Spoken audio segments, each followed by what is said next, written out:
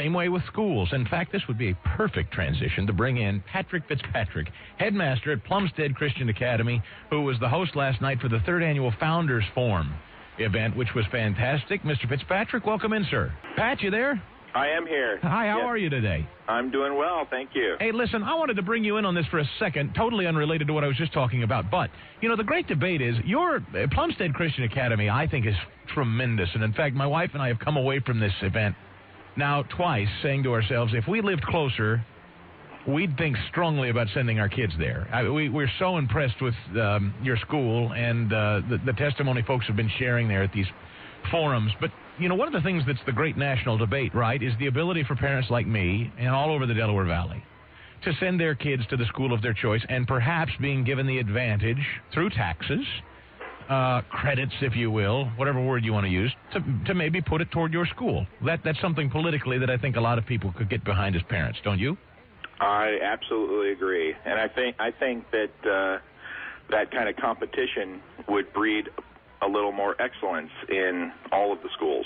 Yeah. And so when you hear people say we'd like to give parents tax credits to take their kids out of the public school, wherever they find themselves, and send them to, say, Plumstead, that just simply means allowing parents to keep more of their own disposable income to pay your school privately to educate their children. That's all that means to me. Absolutely.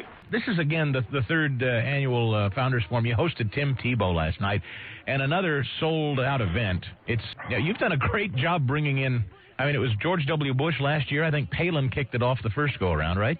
Absolutely. How do you get these people? I mean, frankly, when you travel out to the, Souderton area, it's pretty rural. Tebow was even commenting on it.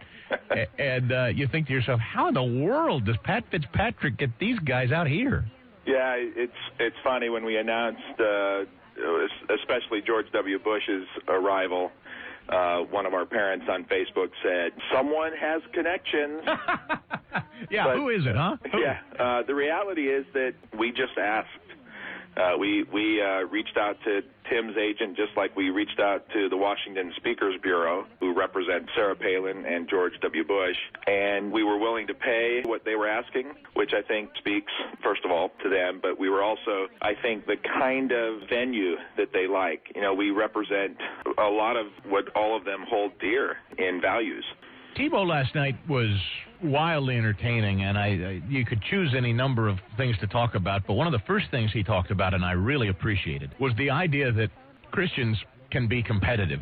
It's about the humility in victory, or defeat, I suppose, either way, being a good sport and being humble about it. But the notion, my wife and I were talking about this, the notion somehow that, Christians have got to lay down and be passive and can't compete and get out there and grind it out with the best of them is a misnomer. I agree. In fact, the Apostle Paul says, run the race in a way that will earn you the prize. It's a common Christian theme to try to win, but too many people equate that kind of competitive spirit with poor sportsmanship as well, and the two don't need to go hand in hand. Hey, something like this bombing or explosion, whatever you want to choose to call it, terrorist attack in Boston yesterday, how do you talk about this with your kids? Because I know in a public school setting where my kids currently attend, much like Newtown, there was this jittery sort of, well, we're not really going to speak about it unless the kids ask, and then there's emails sent out, and everybody's going to be very cautious about each other's feelings. I wonder, in a Christian environment like Plumstead, is it dealt with differently? It is dealt with differently. I mean, we have the freedom to interject faith and biblical thought very overtly into what we say. And so I would say, one of my favorite verses from the Psalms would come into play as I speak to the children. The same God who named the stars and put them in place. So this God who is awesome, big, and creative is the same God who heals the brokenhearted. So he cares about us. He knows when the sparrow falls in the field. So he certainly is saddened over things like this and can provide the comfort. And so that would be one of the messages, that he can give peace. Do bad things happen? Absolutely. Read through the narrative of Scripture. Right. Bad things happen to good people throughout, but in the end, we have to believe that, God is working in a way. Sometimes we don't see this for many years and even many generations, but God is working in a way to bring people to him. Plumstead Christian School's headmaster is Patrick Fitzpatrick. He's on the line, and I love last night. You say it every year. Yes, that's really my name. But You talked with Tebow last night. His book, he talks about the eye black and writing the scripture on it. And what was stunning to me, and that was actually the punchline of one of his stories, stunning to him, you do the math on it. Between his time, writing Philippians 4:13 on his eye black to when he started writing John 3:16 in the NFL, something like 180 million searches of that scripture online just by him passively writing that on his eye black. That just blew my mind, and to his point, he couldn't believe 90 million people were out there researching John 3:16. Right. And I, being a fan of football, especially when I was much younger, when my father was alive, we would watch U of M, especially. Sorry to my Pennsylvania peeps, but I grew up in Michigan, and then professional football. It seemed like there was always someone in the stands holding up a sign, John 3:16. Right. It's a pretty common thing, and it does speak to one of the things that we really work hard on at Plumstead Christian School, which is biblical literacy. We want our kids to graduate from Plumstead really understanding what the Bible is about. And I can tell you that when I watch Jeopardy, for example, and it, inevitably once every 2, 3, 4 weeks we have this category on the Bible, I'm like, oh, good, because I know that I'm going to be able to answer those questions, even though the brainiacs that are up there usually really don't do so well. You do this Founders Forum every year, and you've been gracious enough every year to include us and give us some access to it so that we can give it to our listeners. I was sitting next to the winner yesterday, Steve, and his daughter. She was 14, and boy, there were a number of ladies in the house rather smitten with Mr. Tebow, were there not? Oh, absolutely. He's the catch. He's the prize. And, I read his book in the last couple weeks, and one of the things that he says in the book is that his parents and siblings think he is the pickiest person when it comes to relationships and girls, and it goes on in that little section in the book to say that it's just that his mother and his sisters had such high character that they set the bar so high for him.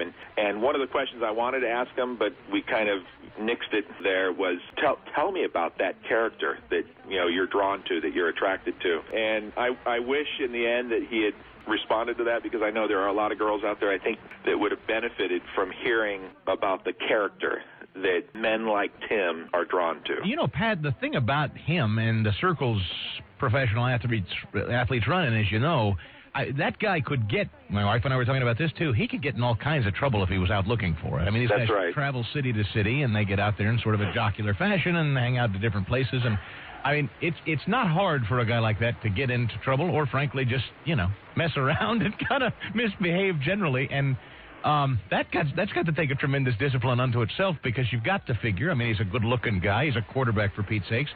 I'm sure he has ample opportunity to get into trouble if he wanted to. Oh, I bet. And I think women probably all over the place will throw themselves on him. So it takes a conviction, personal conviction, and really a realization that even when he's alone, he's not alone, because God's with him. Well, it was really an inspirational night, and he's a kid, really, when you think about it. I mean, he was talking about, being 19 when he got the Heisman, and that was, 08, was it, or something like that? Yeah, I think he's 25, so... very young. Yeah, and he said at the end of the day, he hopes when it's all said and done, the Heisman's going to rot, go away. People will forget his name. He's really not interested in being known as Tim Tebow, football player, when it's all said and done. I thought that was important, too. Yeah, at the dinner, he said he wants to live a life of significance. Yeah.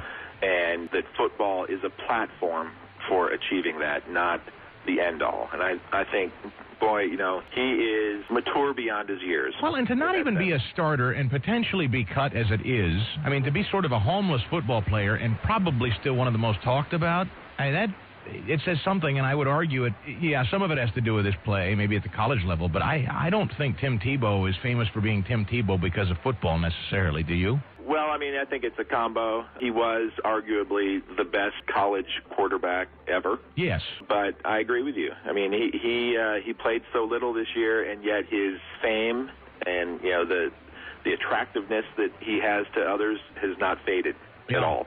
It's fascinating. I hope we can be helpful next year in letting folks know when you finally land that next guest, because it's always such a tremendous event out there. So thanks for including us. Thank you. I'm glad you came. Best to you, too. And the Plumstead Christian School, folks, a fantastic organization.